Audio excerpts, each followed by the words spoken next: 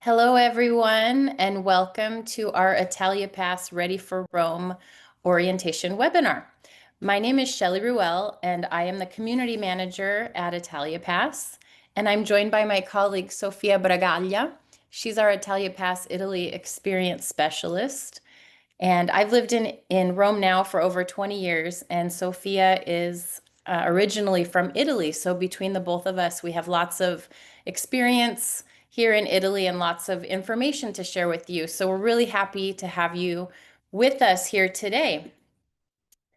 Before we get started on the information that we want to share with you about visiting Rome, I wanted to take a really quick second just to go over what's ItaliaPass because many of you may not know.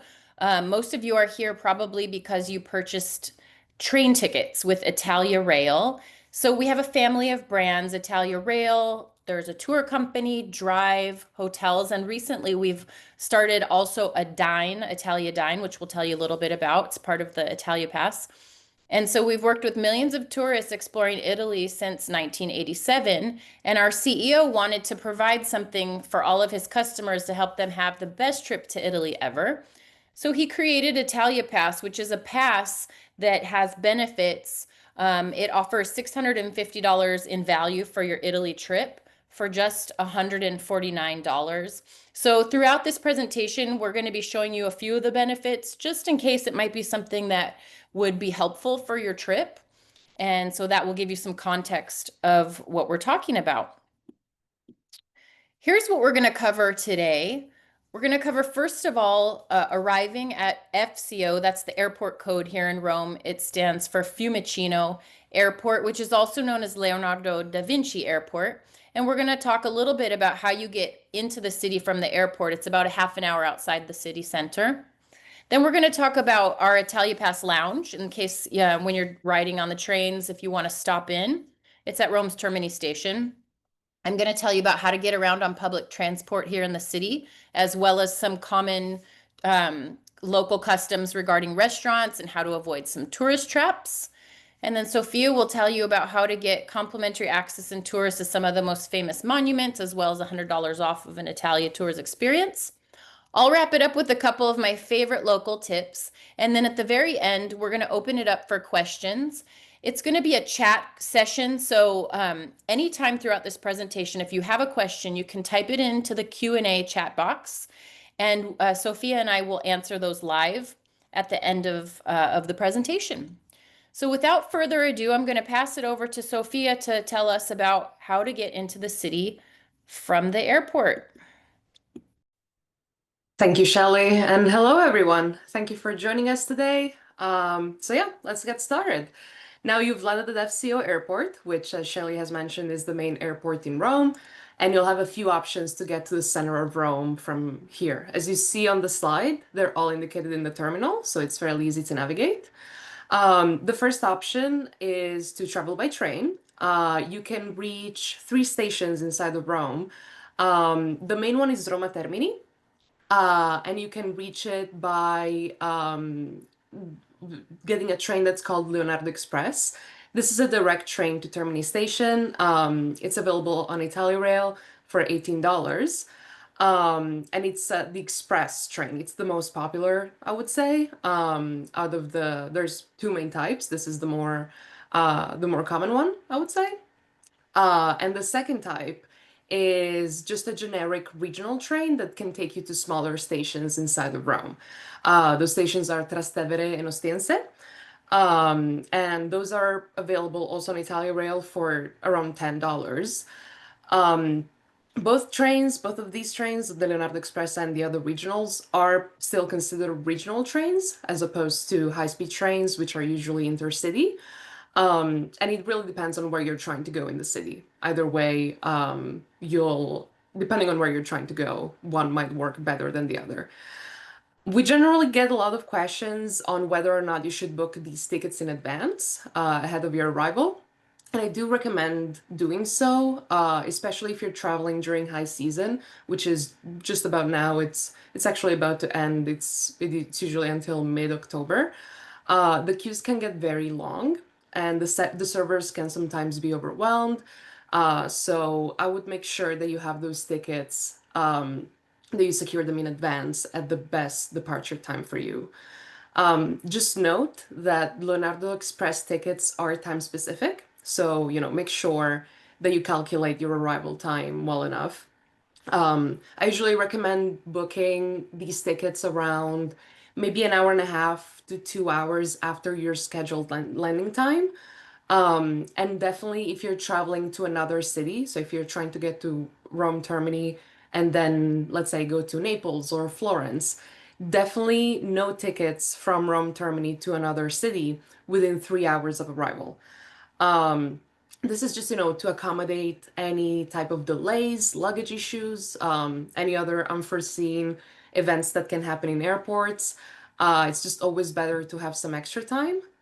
And there's also the fact that stations like Rome Termini can take a second to understand. As I mentioned before, they're easy to navigate, but they are pretty big places. So you might want to have, let's say, 15 to 20 minutes to before your train departs to figure out where to go, where your platform is, just anything like that. So yeah, that's it for trains. Another option is taxis that you can find outside the terminal. They have a fixed rate of 55 euros. Or we also offer private transfers. You can book those with us. They can take you straight to your accommodation in Rome. Or if you're trying to, again, go to Rome Termini, we can do that as well. Just anywhere within the city of Rome, we can arrange that for you. You can book it on ItaliaTours.com or through any little experience specialist like myself. If you're a member with us, just reach out to us and we would be happy to set that up for you. Next, should I rent a car? So this is a question that comes up a lot. There is no universal answer, but I will do my best to give you some pointers. Um, the answer to this question very much depends on where you will be traveling in Italy. If you know, for example, that you're going to be exploring some of the more remote areas of Italy, let's say the Tuscan countryside or the Amalfi Coast, which are very popular destinations, then renting a car can be a great option. Um, the public transport in these areas tends to be a bit more, you know, not necessarily harder to navigate, but there's not as many options as the main cities, so having a car can be beneficial. However, if you're only going to be staying in the major cities like Florence, Rome, Milan, I would not rent a car. First, because the best way to navigate in between these locations is by train. As I mentioned before, before there's high-speed departures that connect most of these cities. And second, most of these cities have very strict car traffic rules. And so it can just be tricky to navigate them. Sometimes you need a permit to enter certain areas. Finding parking can be a problem. And it's just generally something that I would not recommend. Italians struggle with those type of rules as well. So if you're just visiting, I would stick to the local transport and the trains for intercity travel. Regardless, if you do decide to rent a car, you can do so on our platform Italia Drive. And as a member, you would benefit from a $10 discount, which you can redeem after booking by contacting us. Next up, another perk of being a member is the access to our ItaliaPass lounge. The lounge is located inside Rome Termini station. That's the station that I mentioned earlier. So if you have some free time before boarding a train, or if you're in Rome and waiting for your hotel check-in time, I would recommend checking out the lounge, which offers free Wi-Fi. We have espresso, some refreshments. We also offer free luggage storage for both carry-ons or bigger bags, which can be dropped off and retrieved anytime during opening hours. We also have some lovely lounge hosts that can answer any questions that you might have about Rome or about your travels, your train tickets. So all we ask is that you book your complimentary visit in advance so that we know you're coming and we'll be ready to welcome you. And now I'll hand it over to Shelley for some information on public transport within the city. Okay, thank you. So, public transport. Rome is a very walkable city. So, if you don't have mobility issues, you will benefit from walking all over the city. That's great. It's also nice weather now. It's not as hot as it is during the high months of summer. So, however, if you do want to use public transport, if you're tired or if you want to get from one end of the city to the next, that can be a good option for you. The company is called ATAC. And the main ways of getting around are buses mainly. We do have a subway system. It's referred to as the metro, which is short for metropolitana. So that's the underground. It's very simple. We only have two lines, A line and B line, and they only cross at one point, and that is what you've already heard about, Termini, the main train station. So if you need a change from line A to line B or vice versa, you get off at Termini and switch to the other line. Super simple. There's a few trams as well. If you're downtown near Piazza Venezia, you might see the number 8 tram. But generally, you're probably going to use the underground and the buses.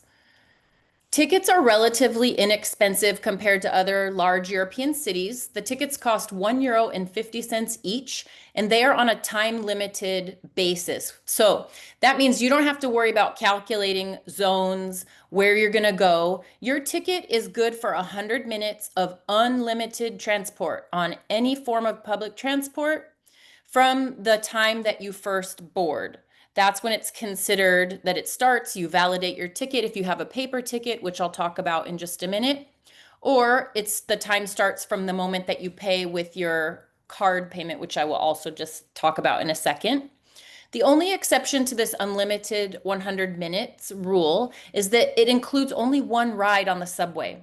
So what that means is once you get on the subway, ride it as much as you want within that 100-minute time. However, once you exit the subway station, you will no longer be able to get another subway ride within that 100 minutes on that same ticket, even if you still have time left. Now, tickets are very simple. The city has done a lot of upgrading of the public transport system for this year's Jubilee year. So now you're going to find that a lot of the buses, pretty much all the buses I've seen, have a tap and go system, which means that you can use your contactless payment card, credit, debit, or even on your smartphone if you have like Apple Pay. You just bring it close to the reader on the bus and it will validate that. That's considered your ticket. It will deduct 150 from whatever account you're using, and that's your ticket.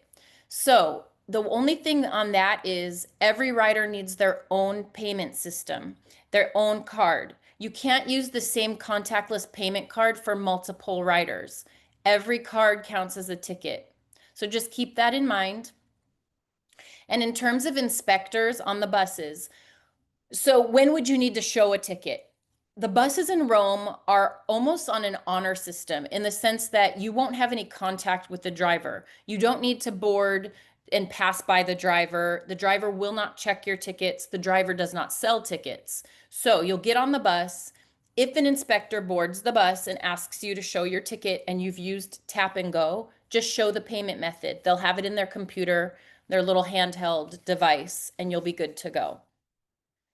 The subway is different because you go through a turnstile. There aren't inspectors on the subway because they're assuming, and rightfully so, that you had to have a ticket to board because you have to pass through a turnstile.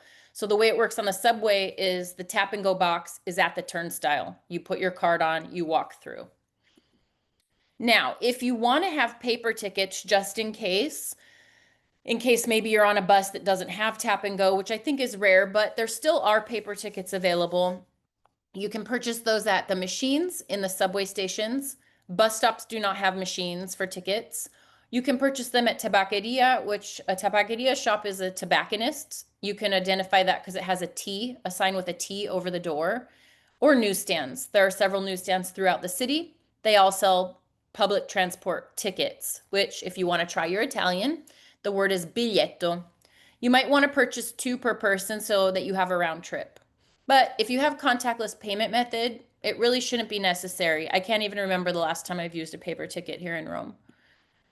I wanted to highlight, last but not least, when talking about public transport, bus 64, for the reason that it's a very convenient bus for visitors to Rome, and also because it can also be a bus that you want to pay extra attention on.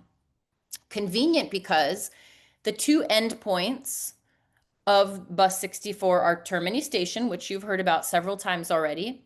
It crosses the entire historic center and goes all the way over to the Vatican. So it's super convenient because it will get you to most of the places that are really popular with tourists. That being the case, it's usually very crowded. And because of that, because pickpockets know that tourists ride that bus, they tend to target that bus. Now, don't worry about pickpockets. It's not true what you may have heard on social media that, Rome is rampant with pickpockets. Everyone who visits Rome gets pickpocketed. It's not true. I have lived here for 20, almost 24 years now, and I've literally, knock on wood, but I've never gotten pickpocketed, not once. And I think I know that that's because I'm always very aware of where my belongings are, my purse. I'm carrying my purse. I have it across my body or my hand is on it when I'm in crowded areas because the pickpockets take advantage of crowds because when crowds are jostling, that's when you're not going to feel them. They're very skilled at what they do. So bus 64 can be crowded. This rule also is valid for any crowded area, big tourist areas. But honestly, Rome is no more susceptible to petty crime than any other large European city, as far as I would say. Just as long as you look like you're aware of your surroundings, you look like you know where you're going, you'll be fine because there are plenty of distracted tourists for the pickpockets to target. I would also use this tip in Termini Station, especially if you're waiting on the subway platform. So, moving on to our next slide, let's talk about the delicious food that you're going to enjoy when you come to Rome. Restaurants and avoiding a couple of the most common tourist traps. So, restaurants, the reason that I've put lunch around 1 p.m. and dinner around 8 p.m., we eat a little bit later here than you may be used to. It's a local custom. So lunch starts 1 to 1:30, dinner 8 to 8:30 is usually the general start time. Now, does that mean you won't be able to eat outside those times? Of course not. There are plenty of restaurants that are open all day, but I'm talking about really local places that Romans eat at. So if you're planning to eat dinner at a very authentic local place, they're not going to be serving at 5 p.m., 6 p.m. They're not going to be serving dinner. So just keep that in mind as you're making your plans. Well, the reason I put check, which in Italian is called il conto, is because here there's a cultural tradition to not deliver the check to your table until you ask for it. And the reason for that is that they want to respect your time with your friends and family and make you feel that you're not rushed. I know that might be a little bit different than, say, in the United States, where perhaps when your server brings your food, they also leave the check for your convenience and say, I'll take that when you're ready. It's the opposite here. So don't think that your server in here in Italy is being inefficient or rude by not bringing the check. They generally won't bring it to you until you ask. And that's because they really want you to feel comfortable and not rushed. So just be aware of that as a cultural courtesy that is extended here in Rome and generally throughout Italy. Tipping is a question that we get a lot. You do not need to tip at restaurants here. Wait staff makes a regular salary, so tipping is not expected nor is it required. Most of my local friends don't tip. However, you can feel free to leave, maybe say €1 per person if you thought you had really good service. The reason I mention this is because I don't want you to get caught in a situation where an unscrupulous wait person, like a server, is trying to convince you that you need to leave a 20% tip. That's not true. Don't get pressured into that. It's not a cultural tradition here. Now, let's talk about a couple of the typical things that may be a little bit tourist trappy. So we'll talk about restaurants first, down in the bottom middle box there. If you see pictures on your menu, you can be pretty sure that's directed to tourists, that restaurant, because clearly Romans don't need pictures. They know what they're eating. Also, some of the restaurants in the really touristy areas will have what I call promoters. You'll see like a staff member outside with like flyers or trying to, as you walk by, come on in. That's fine. Just know that that's not super local. That obviously that's not where the locals eat because the locals know where they like to eat, and there doesn't need to be a promoter out there ushering people in. Now, does that mean you're going to get a terrible meal at places like this? No, it'll probably be passable. It's just that it's not super authentic local, and obviously that's what we want to encourage you to try so that you know what it really tastes like when you're eating food that the locals eat. And we're going to talk to you in just the next slide about a way that you can do that. Last but not least here though, before I pass over back to Sophia, gelato. You're gonna love the gelato here. It's delicious, but watch out for a couple of things that are sure tip-offs that the gelato is not the most authentic possible. So the picture you see down there with that gelato just like mountainous over the top of those tubs, that's a sure tip off that it's kind of been whipped with a lot of air to make it look impressive, but it's not super artisanal authentic. So you'll see that downtown. Again, is it going to be terrible gelato? No, it's just not what like the locals would eat necessarily because they know that's not what it's supposed to look like. Also overly bright colors. That means it's artificial colors. And a true gelataio would never put artificial colors, just use the fruit itself to color the gelato. So that's that on this slide. I'm going to pass it back to Sophia to tell you about something very special that we've just launched. Thank you, Shelley. Yeah, next up is our latest member benefit from ItaliaPass, which as you can see here is Italiadine. We have this event called the Roman Dinner Party. Again, super new. It has just started. And the idea behind this experience is to get fellow travelers around the dinner table for a Roman family-style feast hosted by a passionate local who can answer questions about food and Rome in general. Um, the reviews so far have been great. We are adding more sittings each week. So if you're in Rome and you want to experience some truly local, typical cuisine, this would be the experience. Again, it is free completely for ItaliaPass holders if you're a member with us, but it can also be booked for only $49 for those without an ItaliaPass. We also have companion passes, so that's something that might be worth looking into. But regardless, just keep this in mind. It's a great experience. And as per usual, it can be booked either through the links provided in our emails. We've been sending out a few ever since we launched this new benefit. Or if you haven't received any, or if you cannot find them and you want to book, feel free to reach out to us at support@italiapass.com and we would be more than happy to book it for you. And next up, we have getting into the sites. Of course, you're in Rome, there's plenty to see, so let's get into it. Starting from the Colosseum, ItaliaPass members get one free tour of the Colosseum, which features exclusive access to the arena floor through the iconic Gladiator's Gate. Um, of course, it's the Colosseum, so if you haven't been to Rome before, or even if you have been, every time I go to Rome, I make sure to at least stop by the Colosseum. And as a member, you will get a free tour, so um, definitely make sure to take advantage of it. However, our members also get complimentary access to Rome's Pantheon, which is not too far away from the Colosseum. I would say it's maybe 10 minutes. Just as impressive in my opinion. A little less known, and it is this access that's complimentary with ItaliaPass is for skip the line access. So again, if you're in the area, definitely make sure to check it out. Um, we also offer other tours, of course. Some of them include tours of the Vatican, walking tours of the city. Usually our walking tours include areas like Piazza Navona, the Spanish Steps, the Trevi Fountain, so huge highlights and fan favorites, so to speak. So if you think you will be interested in booking all three of these experiences, the Colosseum, the Vatican, and the walking tour, something that I would recommend for you is our Rome Tour Pass. This is a bundle tour, essentially. It's a package that you can get. We usually recommend it for people who are spending at least 2 full days in Rome, since that's about the time that it will take you to explore all of these areas. And it includes all of the above that I've just mentioned. So definitely make sure to check it out. Regardless of which tours you decide to book, if you choose one of the Italia Tours experiences that we have on the website, know that our full members get $100 off on their first tour booking and 10% off of any subsequent tours. Um, as I mentioned, you can book any of these experiences plus the other ones that we have in other cities as well on italiatours.com. And if you have any questions, if you need any help with the bookings or redeeming the codes, feel free to reach out to us. As always, we're there to help.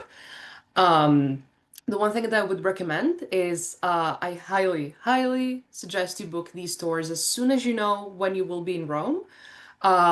Because especially when it comes to the Vatican and lately also the Colosseum, there's fairly limited space for these tours, and they are very popular, so they sell out really fast. Especially the Colosseum cannot be booked once you're within 72 hours of the tour departure. So yeah, just make sure you book as soon as you know your dates. Um, and that's pretty much it. One last thing, we get frequent questions about the dress code as well.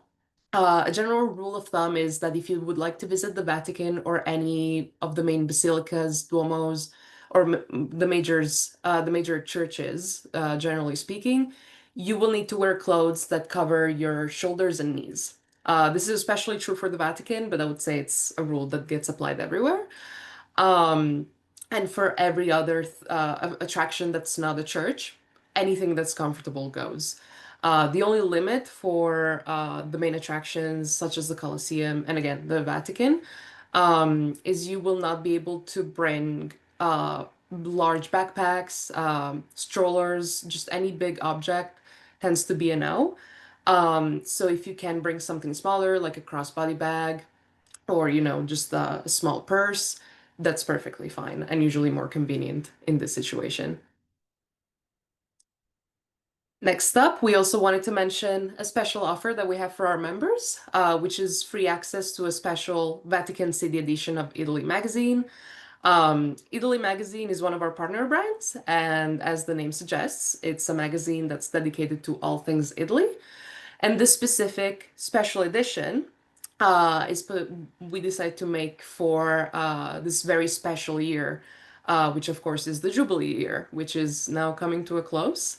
But if you will be traveling between now and December, this edition will give you some insider tips into visiting iconic landmarks within the Vatican itself. So I would say if you're a first-time visitor, or even if you've been to the Vatican at a different time, again, this year is very special. So I think it's just a great way to learn about what's going on in the city this year and get a refresher of the highlights in general. So to get access, you'll just have to fill out a brief survey, and the information for which you'll be able to find in the community. So again, make sure to give it a spin. And now back to Shelley for some local tips. Thank you. So I'm going to wrap up the informational part of our webinar before our Q&A with a couple of my favorite local tips. First one, you see this fountain here on the upper right. That's called a nazzone, plural nazzoni. It means big nose. And the reason it's called a big nose is because of the shape of the spigot. So as you see, water comes out of that continuously. It comes from deep underground. It comes out ice cold. And so it's a really easy way to stay hydrated when you're going around the city. You don't need to buy plastic water bottles. In fact, if you visit our lounge, you will get a free reusable water bottle and you can refill as you go around the city. In my resources list that I will email to you, because if you registered and you got this link to our webinar, then you are on my list. I'm going to email you a list of resources we talked about. It will include a link to an app from the local water utility that lists where all of these are located. So it has a little map so you can tell where the next Nazzone is located, where you can get your next refill. And a super local tip, which you can't see in the photo, but I'm going to tell you about. If you take your thumb and plug the water, it's going to create back pressure, and there's a tiny little hole on the spigot, and it's going to spray like a little arc of water. So if you don't even have a plastic water or a reusable water bottle, you can drink. Romans drink directly from these fountains doing that tactic. The only thing I always tell people is watch out, because if you plug it, it shoots really far. And so be ready to drink out of it, or else you're going to shoot somebody walking by with water. So that's a local water fountain tip. Last but not least, this photo in the bottom left is an aperitivo.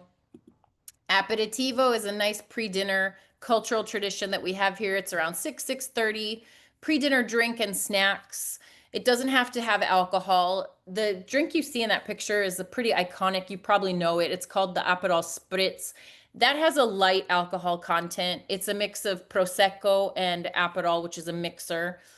But you could even just get an aperitivo with like a Coca-Cola or a lemon soda. The idea isn't so much about the drink as it is just spending some time with your dinner companions before you head over to your restaurant or out to dinner.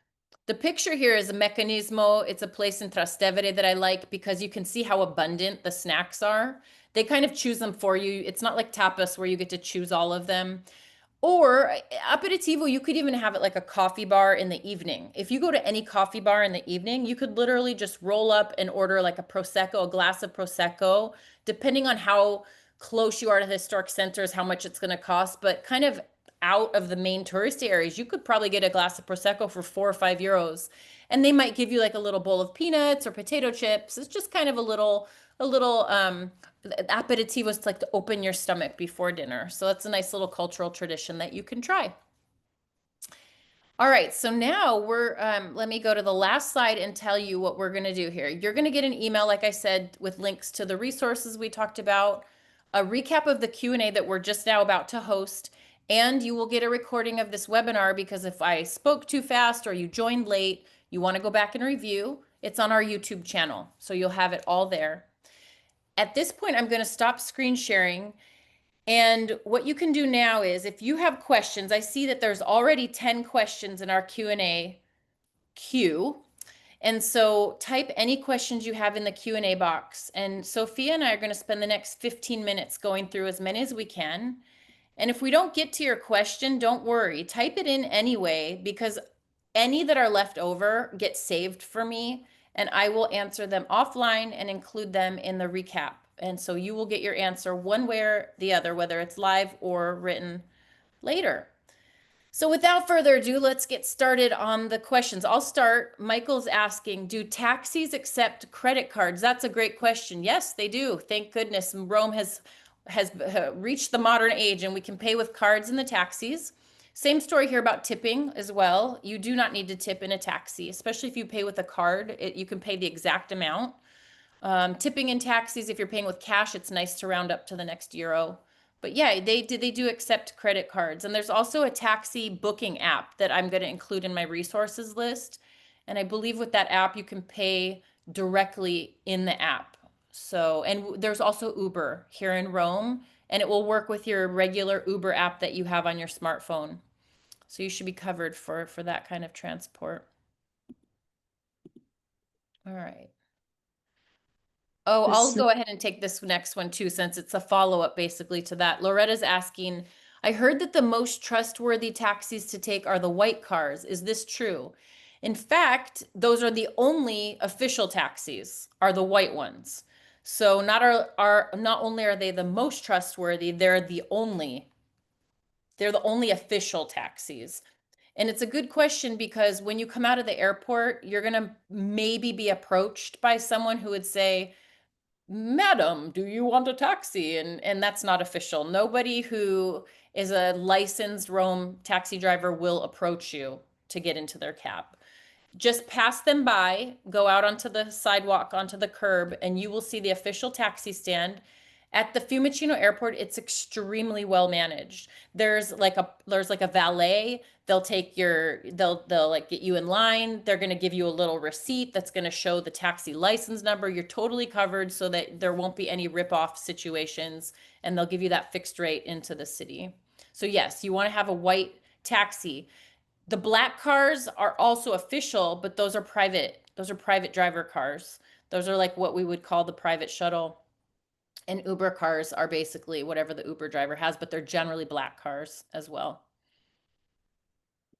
I can take the next one since it's for tickets. Where do I purchase tickets prior to departure from the airport to Roma Termini? I'm assuming this is for the train tickets. I would say the best way to get them would be on ItaliaRail.com.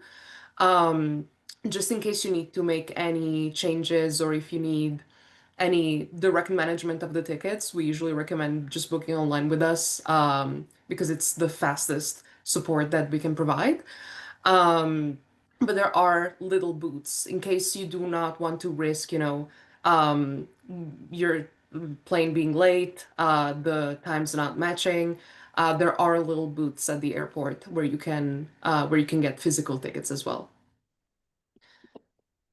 For the next one, gratuity, what's appropriate to tip for a tour guide? For example, for the Colosseum tour or for $100 dinner. So for gratuities, as we've mentioned, it's not a huge thing in Italy, especially for the dinners. You can leave a few euros if you'd like, but it's really not something that we have as a cultural habit. For tour guides, I've heard that it's more common to tip. But I would say it's usually between maybe 10 and 20 euros that they get. So I would That's say anything. exactly what I would say as well. Yep, that's a Yeah. good rule of thumb. That's what I've heard people say. All right. Will we be sent, Dominic is asking, will we be sent a copy of this presentation? You are both doing, oh, thanks. You're both doing a great job. That's nice. Thank you so Yeah, much. thank So you. yes, you will absolutely be sent a link to the YouTube recording. We're going to post it on our YouTube channel. And you can also just go to the ItaliaPass channel on YouTube and you will find the link to this and all the previous webinars, which the slide presentation is the same, the information is the same because that doesn't change, but the Q&A is different every time. But you'll also get a link to all the Q&As, so you'll have lots of resources to look through, and that will arrive within the next 24 hours at in your email inbox. I can take the Next. next one too if you want. How important is it to learn the language? Will we get by speaking English only? Yeah, you'll get by. You'll have no trouble. Most of the hospitality professionals here in Rome speak enough English to communicate. If you wander outside of the main city center and into some of the more residential neighborhoods, if you want to try, if you are practicing Italian or want to get a feel for what it's like outside the touristy areas, you may find that there's less English spoken, but I would say your average Italian has at least a little because Italians study English in school. So, um, but if you want to try practicing, I've found Romans to be really receptive to that. You won't get the cold shoulder. They really do like it when you try to practice even a word here or there, even just simple courtesies. I mean, even if you don't know Italian, you could certainly say buongiorno or, grazie. You could say little words, and that's always nice to just make an effort. If you feel brave enough to try, you'll be well received. But don't worry that you're going to have some sort of language barrier where you won't be able to communicate. You'd be surprised how much you can even get by with, gestures and facial expressions and body language. You'll do just fine. I can take the next one, of course. For a high-speed train from Rome to Naples, any tips for luggage handling? Are there adequate places to stow medium-sized luggage? So first, yes, there are dedicated areas on Rome to Naples. I'm assuming you will either be traveling on a Freccia train or on an intercity train. There's some regionals that travel there, but I would not recommend them. So for those two types of trains, they're considered high speed. Um, and there are dedicated areas both in overhead compartments and at the end, if you have bigger bags, usually there's some space at the end of the carriage essentially where you can leave your bag. And for the medium ones, you can just put them overhead. For boarding time, is it best to board as early as possible? I would say not necessarily. You will have assigned seating if you're traveling on a high-speed train. Of course, I would recommend, boarding early enough that the train is not about to depart because they will close the doors, which is, can be a bit unfortunate. I've been in that situation. But you don't necessarily need to be there super early as soon as they open.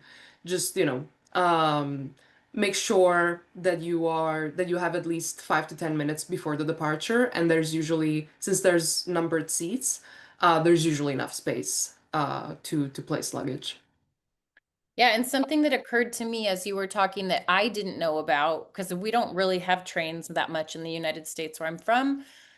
Don't get worried if you arrive pretty early to the station. You see there's going to be big boards with all the trains and you don't see a track number because this question about is it best to board as early as possible, your train might not even come into the station until 10 minutes before it leaves. I mean, these trains, a lot of them, they're not waiting on the track for an hour. There's trains coming and going all the time.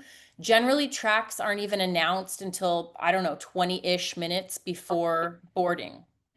So you'll see lots of people kind of hovering around the boards waiting for the track number to come up. And then you'll see like little mini crowds going over to the tracks when the track is announced. So don't worry if you are like, why is my track not up there yet? It will be, but it might not be until like 20 minutes before. And you'll have plenty of time because once the track is announced, your track is probably only going to be like at most a 5-minute walk. Unless you're taking at Rome, unless you're taking like a train, a regional train to like Assisi, it's the one oddball train that's like a way far away.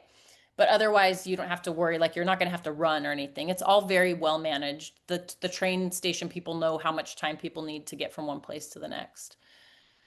Um, so for restaurants, dress for eating dinner at nice restaurants. Like how should you dress?